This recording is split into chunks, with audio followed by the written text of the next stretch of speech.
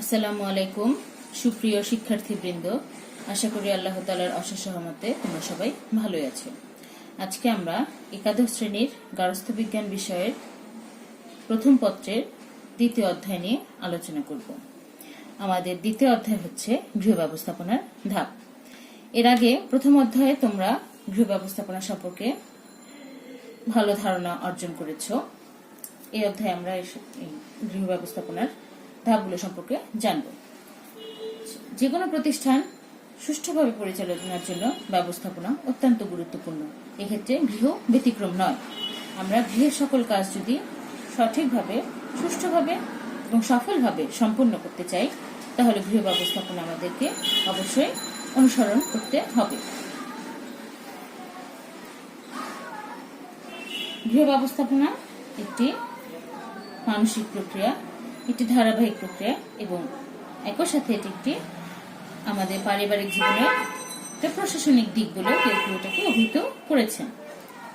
পারিবারিক লক্ষ্যসমূহ অর্জনের জন্য মানবিক ও পার্থিব সম্পদসমূহের পরিকল্পনা করা, নির্দেশনা প্রদান, পথ প্রদর্শন, সমন্বয় সাধন ও মূল্যায়ন এবং গৃহ ও গৃহের বাইরে ব্যক্তিগত, পারিবারিক ও দলীয় সম্পর্ক সুষ্ঠুভাবে গড়ে তোলার প্রচেষ্টাই হচ্ছে গৃহ ব্যবস্থাপনা। প্রথমে দেখো আমাদের পার্ট 1 গৃহ ব্যবস্থাপনার ধাপ বা স্তর, অর্থাৎ এই পর্যায়ে আমরা গৃহ ব্যবস্থাপনার ধাপ বা স্তরগুলো সম্পর্কে পূর্ণাঙ্গভাবে ধারণা লাভ করব।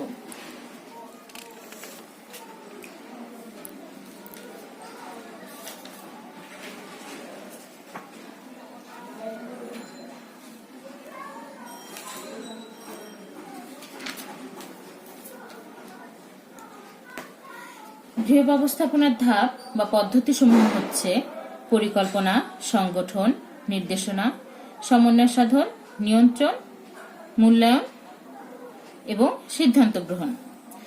আমরা যদি কর্মসম্পাদনের সময় সচেতনভাবে ব্যবস্থাপনার এই ধাপসমূহ অনুসরণ করি, তাহলে সহজেই লক্ষ্যে পৌঁছানো সম্ভব। লক্ষ্যকে কেন্দ্র করে সিদ্ধান্ত গ্রহণের মাধ্যমে গৃহ ব্যবস্থাপনার ধাপসমূহ চক্রাকারে আবর্তিত থাকে।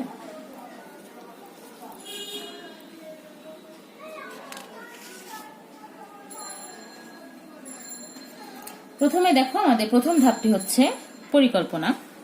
পরিকল্পনা গৃহ ব্যবস্থাপনার প্রথম ও মৌলিক কাজ। এটি ভবিষ্যৎ করণীয় কাজের ভিত্তিস্বরূপ। লক্ষ্য অর্জনের জন্য কি করতে হবে, কিভাবে ও কার দ্বারা করতে হবে, কখন ও কত সময় নিয়ে করতে হবে ইত্যাদি বিষয়ে পূর্ব সিদ্ধান্ত গ্রহণকে পরিকল্পনা বলে। উদাহরণস্বরূপ আমরা বলতে পারি, যেমন লক্ষ্য যদি হয় গৃহকর্ম সুষ্ঠুভাবে সম্পাদন করা, অর্থাৎ গৃহের যে কাজসমূহ আছে আমাদের দৈনন্দিন কাজ, এটা আমরা সুষ্ঠুভাবে সম্পাদন করব, এটা হচ্ছে আমাদের লক্ষ্য। তাহলে এই ক্ষেত্রে লক্ষ্য অর্জনের জন্য কি কি কাজ করতে হবে, কিভাবে ও কার দ্বারা কি কাজ করতে হবে, কখন কোন কাজ করতে হবে এবং কত সময়ের মধ্যে করতে হবে ইত্যাদি বিষয় আগে নির্ধারণ করতে হবে। এই সবটাই হচ্ছে পরিকল্পনা। এই পরিকল্পনা একটি অবিরাম প্রক্রিয়া। এক্ষেত্রে নিউম্যান বলেন, ভবিষ্যতে কি করতে হবে তার অগ্রিম সিদ্ধান্তকে পরিকল্পনা বলে।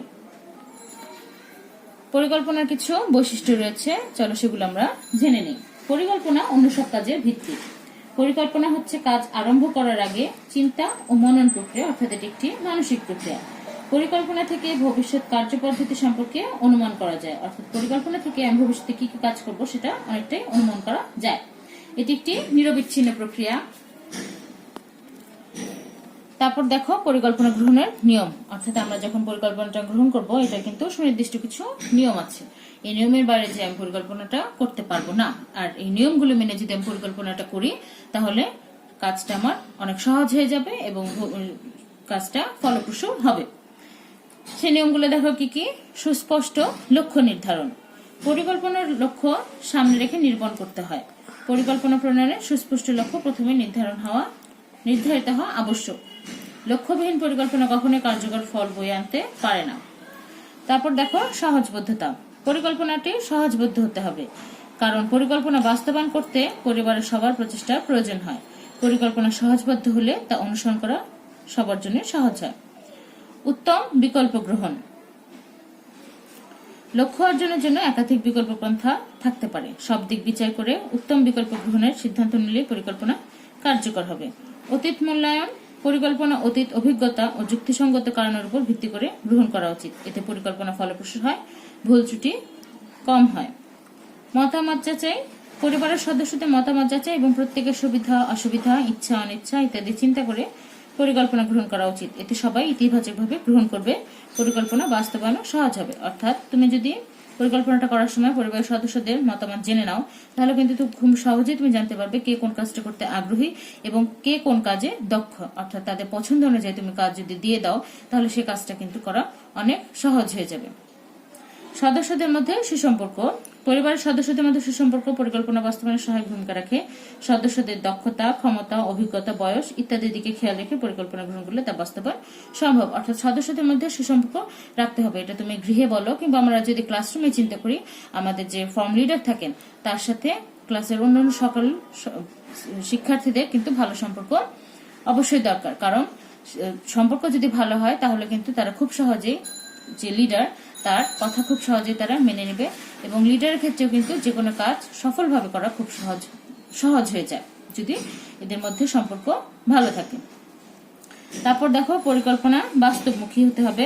পরিকল্পনা অবশ্যই বাস্তবমুখী হতে হবে। অবাস্তব ও খামখেয়ালির উপর নির্ভর করে পরিকল্পনা প্রণীত হলে তাৎক্ষণিক কিছুটা আশাবাদ সৃষ্টি করতে সমর্থ হলেও কার্যক্ষেত্রে তা কখনো কাঙ্ক্ষিত ফল দেয় না।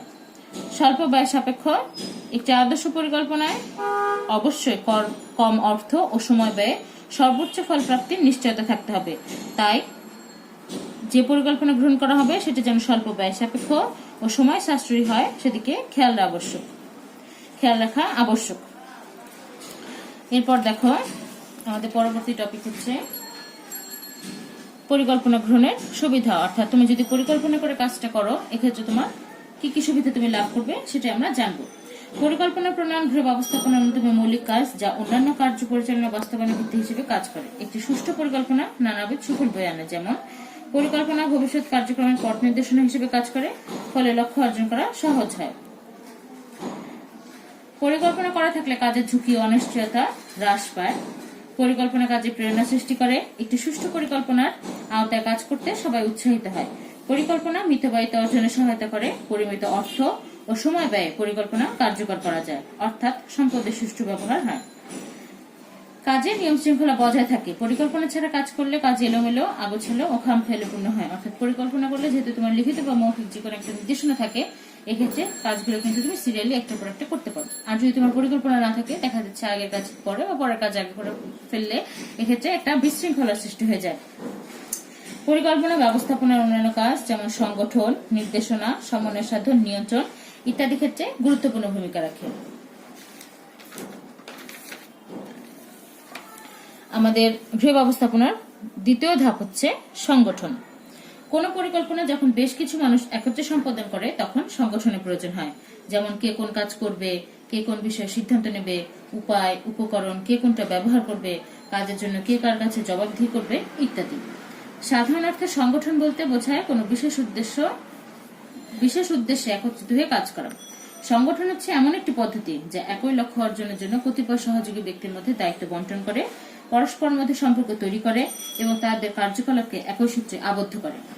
সংগঠন কাঠামো শক্তিশালী না হলে পরিকল্পনা বাস্তবায়ন, উপায় ও উপকরণের কার্যকর ব্যবহার সম্ভব নয়। তারপর দেখো, সংগঠন প্রক্রিয়ায় যেসব পদক্ষেপ গ্রহণ করতে হয় সেটা সম্পর্কে আমরা জানবো। এখন সংগঠন প্রক্রিয়ায় কি কিছু পদক্ষেপ গ্রহণ করা হয়। সংগঠন প্রক্রিয়ায় গৃহীত পদক্ষেপ। সংগঠন প্রক্রিয়ার প্রথম পদক্ষেপ হলো লক্ষ্য সম্পর্কে সঠিক ধারণা লাভ। লক্ষ্য অর্জনের জন্য কি কি কাজ করতে হবে তা নির্দিষ্ট করা। কার্যাদি সঠিকভাবে শনাক্ত বা নির্দিষ্ট করার পর কাজের প্রকৃতি অনুযায়ী তা বিভিন্ন ভাগে ভাগ করা। কাজের দায়িত্ব ও কর্তৃত্ব সঠিকভাবে বন্টন করা। কাজ অনুযায়ী উপায়, উপকরণ সংগ্রহ ও বন্টন করা।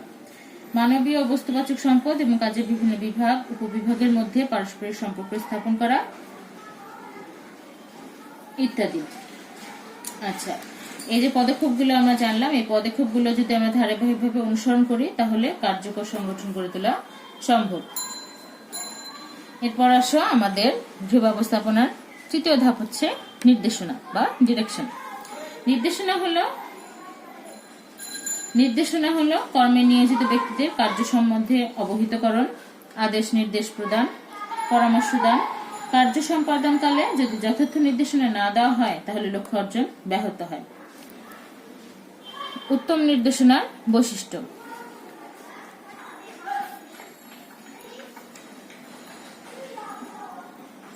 অর্থাৎ উত্তম নির্দেশনা কিছু বৈশিষ্ট্য রয়েছে, সেগুলো দেখো কি কি।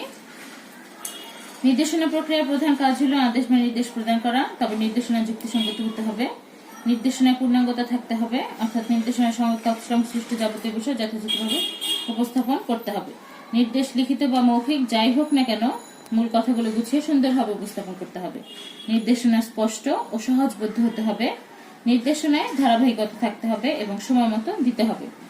অর্থাৎ যখন আমরা কাজটা করবো, যখন নির্দেশনা প্রয়োজন হবে তখনই দিতে হবে। কাজটা যদি শেষ হয়ে যায় তখন যদি নির্দেশনা দেয় সেটা কিন্তু কোনো কাজে লাগবে না। আর যদি সঠিক সময় নির্দেশনাটা দেওয়া হয় তাহলে কিন্তু কাজটা করা খুব সহজ হয়ে যাবে এবং ভুল হওয়ার সম্ভাবনা অনেকটাই কমে যাবে।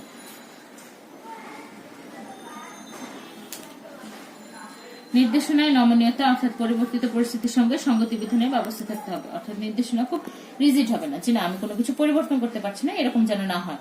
এখানে একটা ফ্লেক্সিবিলিটি রাখতে হবে, যাতে প্রয়োজন হলে আমি সে কাজটা চেঞ্জ করতে পারি। নির্দেশনা লিখিত হলে ভালো হয়, মৌখিক নির্দেশনা অনেক সময় ভুলে যাওয়ার আশঙ্কা থাকে।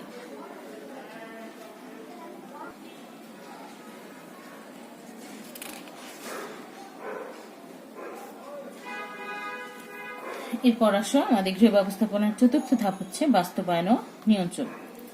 প্রথমে জেনে নিই আমরা বাস্তবায়নটা কি। পরিকল্পনা নির্দেশনা অনুসারে কাজটি বাস্তবে রূপ দেওয়া হচ্ছে বাস্তবায়ন।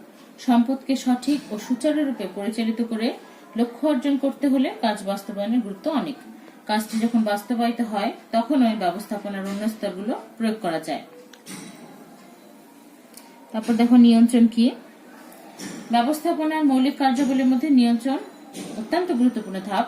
গৃহীত পরিকল্পনা অনুযায়ী কাজ যখন বাস্তবায়িত হয় তখন নিয়ন্ত্রণের প্রয়োজন হয়। নিয়ন্ত্রণ সম্পর্কে ডেকন বলেন, নিয়ন্ত্রণ মানে পরিকল্পিত আচরণকে সুবন্দোবস্ত করা। সুবন্দোবস্ত অর্থাৎ পর্যবেক্ষণ করা, সুবিধাকরণ করা ও খাপ খাওয়ানো। নিয়ন্ত্রণ হলো গৃহীত পরিকল্পনা বা মান অনুযায়ী কাজ সম্পাদিত হচ্ছে কিনা তা দেখা। নিয়ন্ত্রণের গুরুত্ব দেখো। নিয়ন্ত্রণ ব্যবস্থা কার্যক্ষেত্রে শৃঙ্খলা প্রতিষ্ঠা করে, কর্মে নিয়োজিত ব্যক্তিদের মধ্যে দায়িত্বশীলতা অর্জনে সহায়তা করে, কাজের মধ্যে ফাঁকি দেওয়ার প্রবণতা রোধ করে। অর্থাৎ যে কোনো একটা কাজ যখন সম্পাদিত হচ্ছে তখন যদি গৃহ ব্যবস্থাপক যদি সে কাজটা ঠিকঠাক মতো নিয়ন্ত্রণ করেন, অর্থাৎ তিনি কাজগুলো ঠিক মতো যার যার কাছে ভাগ করে দেওয়া হয়েছে কাজগুলো, যদি প্রত্যেকটি ক্ষেত্রে সকল কর্মীদের কাজ যদি তিনি তত্ত্বাবধান করেন, দেখাশোনা করেন, তাহলে কিন্তু স্বাভাবিকভাবে কর্মীদের ফাঁকি দেওয়ার প্রবণতাটা অনেক কমে যায়। অর্থাৎ তারা ফাঁকি দেওয়ার সুযোগটা কিন্তু কম পায়, যেহেতু সবসময় তাদেরকে দেখাশোনা করা হচ্ছে। পরিকল্পনা বাস্তবায়নে কোনো ত্রুটি দেখা দিলে নিয়ন্ত্রণ ব্যবস্থা সহজে ধরা পড়ে এবং দ্রুত সংশোধনমূলক ব্যবস্থা গ্রহণ করা যায়। অর্থাৎ তখন যদি দেখা যাচ্ছে যে কাজটা করার ক্ষেত্রে কোনো সমস্যা হচ্ছে বা ত্রুটি দেখা দিচ্ছে, তখন কিন্তু দেখা যাচ্ছে সেটা ক্ষেত্রে ব্যবস্থাপক খুব সহজে একটা ভালো পদ্ধতি অনুসরণ করে সেই ভুলটা সংশোধন করে ফেলতে পারেন, কিংবা নতুন কোনো পদ্ধতি তিনি প্রয়োগ করতে পারেন। সময় ও অর্থের অপচয় রোধ করা সম্ভব হয়। এক্ষেত্রে আরেকটা দেখো, সময় অর্থের অপচয় আরেকটা কিভাবে, অর্থাৎ অর্থটা আমি কিভাবে অপচয়টা সেভ করবো। দেখো, দেখা গেল কোনো একটা কাজ তিনি যদি ব্যবস্থাপক যখন কাজটা সম্পাদিত হচ্ছে তখন যদি তিনি সেটা তত্ত্বাবধান করেন, তাহলে দেখা গেল সে কাজটা যেহেতু ভুল হচ্ছে না, সেক্ষেত্রে একটু অনেক সময় সেই জিনিসটা নষ্ট হচ্ছে না বা নতুন আবার জিনিস ক্রয় করার প্রয়োজন হচ্ছে না। এক্ষেত্রে কিন্তু অর্থের অপচয়টা রোধ করা সম্ভব হচ্ছে। কাজ চলাকালে সুষ্ঠু নিয়ন্ত্রণ ব্যবস্থা বজায় থাকলে সকল কাজ সুষ্ঠু ও যথাযথভাবে সম্পাদিত হয়।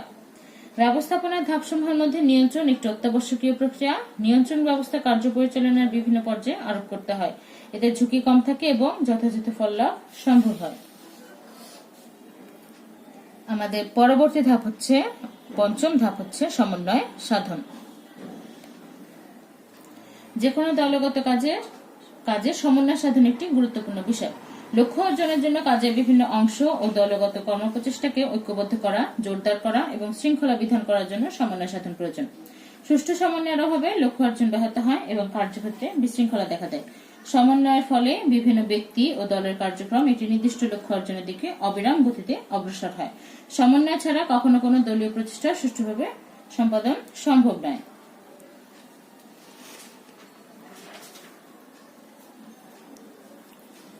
আমাদের পরবর্তী ধাপ গৃহ ব্যবস্থাপনার মূল্যায়ন। মূল্যায়ন হচ্ছে যে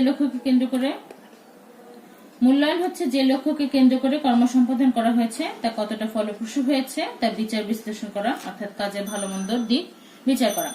মূল্যায়নের মাধ্যমে কাজের সফলতা অবিফলতা নিরূপণ করা যায়, ফলে পরবর্তী কর্ম পরিকল্পনা ত্রুটিমুক্ত ও অধিক ফলপ্রসূ হওয়ার সম্ভাবনা থাকে। অর্থাৎ মূল্যায়ন জিনিসটা হচ্ছে তুমি কাজটা সম্পাদন করা হয়ে গেল, এক্ষেত্রে কাজটা কতটা ফলপ্রসূ হয়েছে সেটা তুমি বিচার বিশ্লেষণ করবে। কাজটা যদি ভালো হয় বা তুমি সফল হও তাহলে ভালো, এই পদ্ধতিতে তুমি পরবর্তীতে আবার কর্ম সম্পাদন করতে পারবে।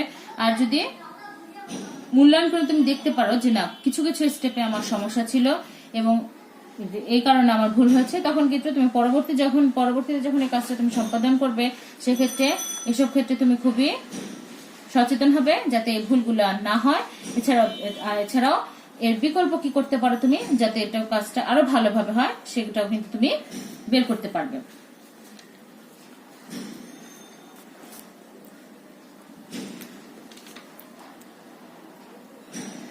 আচ্ছা, আমরা তাহলে এ পর্যন্ত গৃহ ব্যবস্থাপনার 6টি ধাপ সম্পর্কে জানতে পারলাম। আজ তাহলে এ পর্যন্ত থাকবে। আমরা পরবর্তী ক্লাসে এই ক্লাসটারই এই অধ্যায়টার সেকেন্ড পার্ট আছে, তোমরা সেটা দেখে নেবে।